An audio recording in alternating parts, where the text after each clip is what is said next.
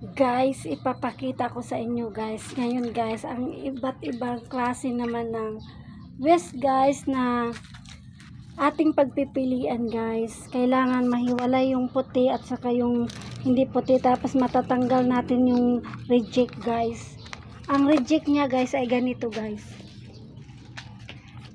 Ganito, puti sa likod, tapos sa harap, tapos sa likod ay makintab, yung parang foil.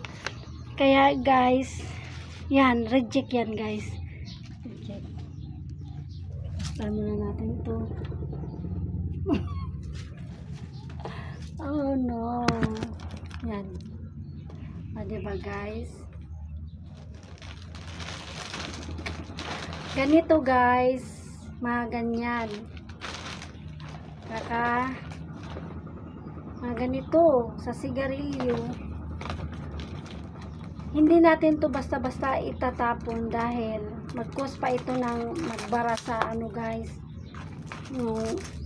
Baka mamaya ayaw din mahirapan pag malakas ang ulan, alam niyo na. Ito, yan, yung tinatanggal ko yung reject. Kasi ito guys ay ma-recycle guys. Yan. O, diba? Ang dami talagang ano guys. Ito. Tapos hindi yan. Reject yan pa. Reject. Kaya ito. Kailangan din natin tatanggalin yung plastic. Yung ganito. Reject yun. Tapos ito. Pa! Wag yalo pa, puti yan. Ano yan pa? Mahal ang kilo niyan. Mamaya na yan. Para isang ano na lang, tapon sa basura. Yan. Kaya, diba puti? Mahal ang kilo nito. Tapos ito naman ay west. Kailangan siyang ihiwalay dahil mahal din ang kilo niya. Tatanggalin lang natin yung reject guys. Yan. Ito yung reject, yung parang foil sa likod.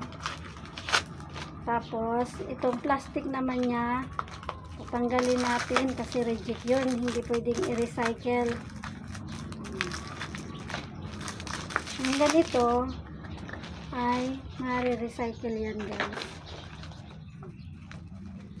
Ako mismo nag-ano nito dahil pag mahatid kasi ito sa bagsakan guys, sa tunawan, ay ibabalik din sa'yo pag na-check sa mga staff doon na hindi tinanggalan ng ano, dobleng trabaho, masasayang yung biyahe. O diba guys? Masasayang biyahe, hindi tatanggapin, ibabalik din. Kaya kailangan pagdating doon, malinis. Thank you Papa. Ang bait ng aking papa, binigyan ako ng upuan.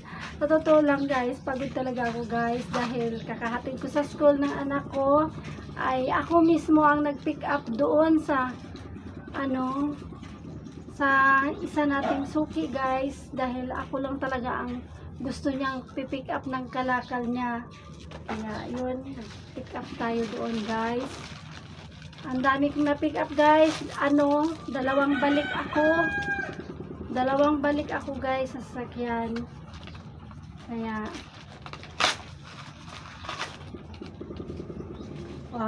mahal ang kilo nito.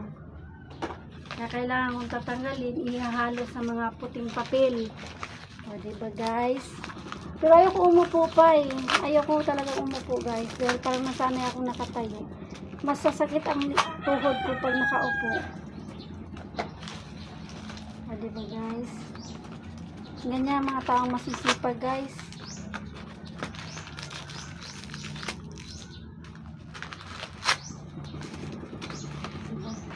Tiyagaan lang talaga. Tiyaga lang. Pagising sa umaga, trabaho agad. Tapos mamaya guys, ano na naman ang gagawin ko guys? Pupunta naman kami sa kabila guys. Kabilang branch.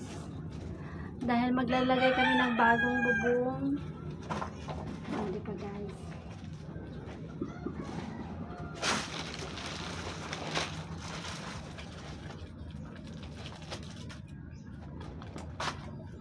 syempre, kung mas nagsikap yung ano guys, iba para sa iyo, ikaw din. Kasi kung tamad-tamad din yung boss, tatama rin din yung tauhan guys. Tatama rin din yung ano guys, yung mga taong tumutulong sa negosyo mo. Tatama rin din kasi nakikita nila na ikaw ay tamad. O diba guys? Kaya kailangan magsikap upang makikita, mahiya man sila magtinamad, diba guys? Mahiya silang magtamad dahil sipag ng ano nila, tapos sila na ano, o diba? Alam niyo na yan. Nag-iingat din akong salita ko guys, kaya baka mabayalisyon ako guys.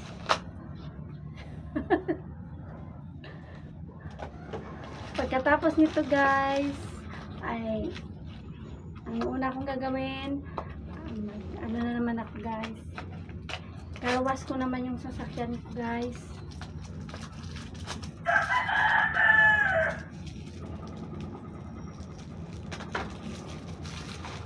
Diba?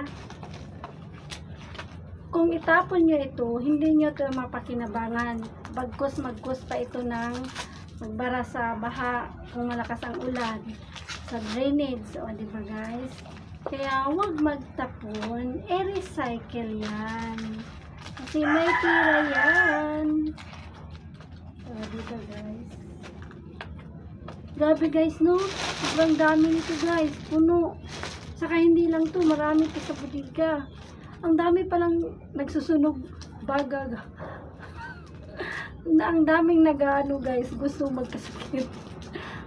Pasintabi lang sa ano ano lang, sinasabi ko lang yung aking opinion na tayo lang din ang ano sa ating katawan guys. Hindi tayo nag-iingat. O diba guys? Kasi alam naman natin ang magiging epekto nito, diba guys? Nakalagay na nga sa drawing, oh. Diba? Nakalagay na sa drawing kung anong mangyayari pag palagi kang nagaganito. Diba?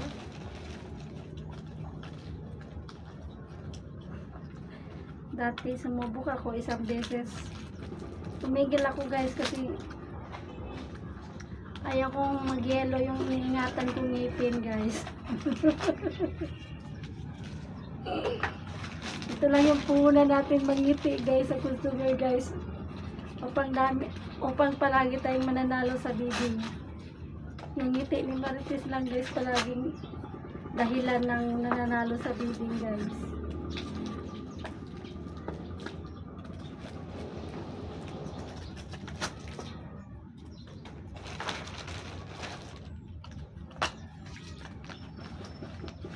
Pag may ginagawa ako guys, ang tindahan, i-close ko muna yun. Kasi, mahirap din naman kasi magtakbo-takbo guys. Punta sa bodega, punta sa tindahan. Kasi, umiwas muna ako sa magiging tindera guys. Dahil dati guys, ang tindera ko guys, mayaman pa sa akin. Ang cellphone ko guys, Samsung, sa kanya iPhone. Dahil guys, nangungupit pala siya guys, kumukuha siya ng benta. Kaya ayun. Pag sobrang busy ako, sasarado ko na lang guys. Para mahirap na.